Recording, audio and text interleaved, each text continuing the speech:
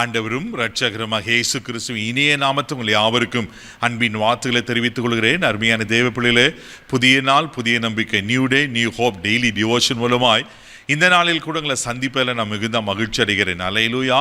இன்றைக்கு கூட கர்த்தர் நமக்கு கொடுக்கிற வார்த்தை என்ன? சங்கீதங்களின் புஸ்தகம் 115 சங்கீதம் 15வது வசனம் கூட வாசிக்க கேட்போம். வானத்தையும் பூமியும் படைத்த கர்த்தராலே நீங்கள் ஆசீர்வதிக்கப்பட்டவர்கள். ஹல்லேலூயா, ஹல்லேலூயா. பாருங்க, நீங்கள் ஆசீர்வதிக்கப்பட்டவர்கள்.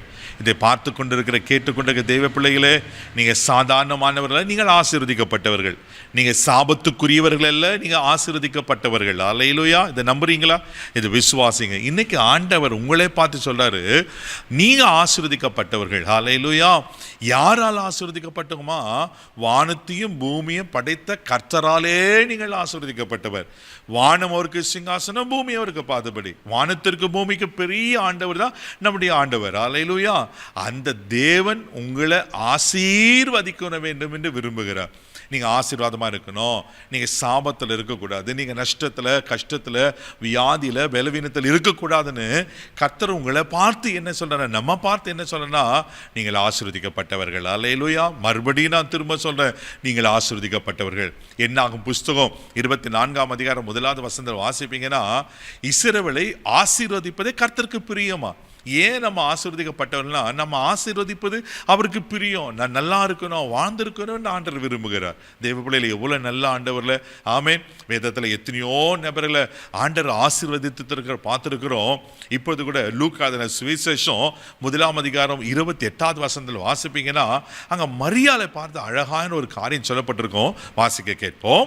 அவள் இருந்த வீட்டில் தேவதூதன் பிரவேசித்து, கிருபை பெற்றவளே வாழ்க, கர்த்தர் உன்னுடனே இருக்கிறார், ஸ்திரீகளுக்குள்ளே நீ ஆசீர்வதிக்கப்பட்டவள் என்றார். ஹல்லேலூயா. மரியாதை பார்த்து தேவதூதன் சொல்லுகிற காரியம், கிருபை பெற்றவளே நீ வாழ்க, நீ ஸ்திரீகளுக்குள்ளே ஆசீர்வதிக்கப்பட்டவள்.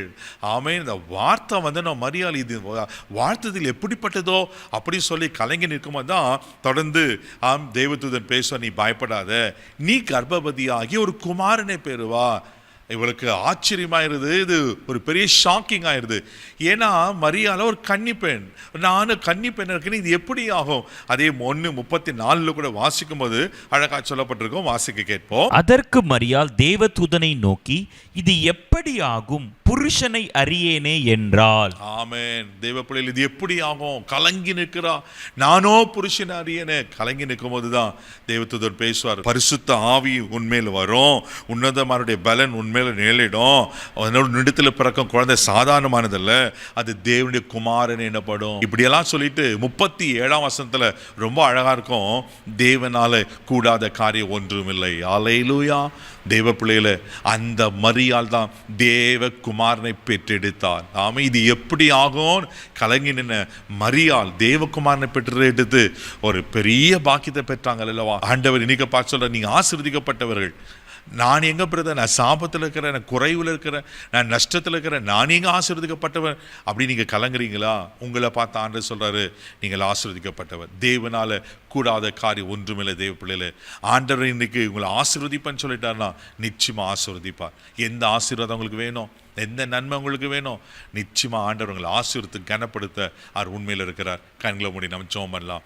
அன்பு தகப்பனே, உமக்கு நன்றி சொல்லி உமக்கு துதிக்கிறோம், ஸ்தோத்திரப்பா. ஆண்டவரே, உமக்கு நன்றி, நீங்கள் ஆசீர்வதிக்கப்பட்டவர்கள் என்று நீர் எங்களை பார்த்து சொல்லுகிறது நல்ல வார்த்தைக்கு ஸ்தோத்திரப்பா. ஆண்டவரே, யாராருக்கு என்னென்ன எப்படிப்பட்ட ஆசீர்வாதங்கள் நன்மைகள் வேணுமோ இப்பொழுது இயேசுவின் நாமத்தில் அவர்களை ஆசீர்வதிப்பீராக நான் ஜெபம் பண்றேன்ப்பா. இஸ்ரவேலை ஆசீர்வதிப்பதானே உமக்கு பிரியம் ஆண்டவரே. அப்பா, உமக்கு ஸ்தோத்திரம் ஆண்டவரே. ஆண்டவரே, உமக்கு நன்றி. சாபத்தில் இருப்பது, குறைவுகளில், வேதனையில், நஷ்டத்தில், கஷ்டத்தில் இருப்பது உமக்கு பிரியம் இல்லையே. அப்பா, உமக்கு நன்றி. இவர்களை ஆசீர்வதித்து கனப்படுத்தும்படியாக நாங்கள் ஜெபிக்கிறோம். அன்னைக்கு மரியாளை பார்த்து ஸ்திரீகளுக்குள் ஆசீர்வதிக்கப்பட்டவளே என்று சொன்னீங்களா ஆண்டவரே, ஆசீர்வதித்தீரல்லவா. இவர்களை ஆசீர்வதி கனப்படுத்தும். இந்த நாள் முழுதும் கரம் பிடித்து நடத்தும். தெய்வீக பாதுகாப்பு ஒப்பு கொடுக்கிறேன்.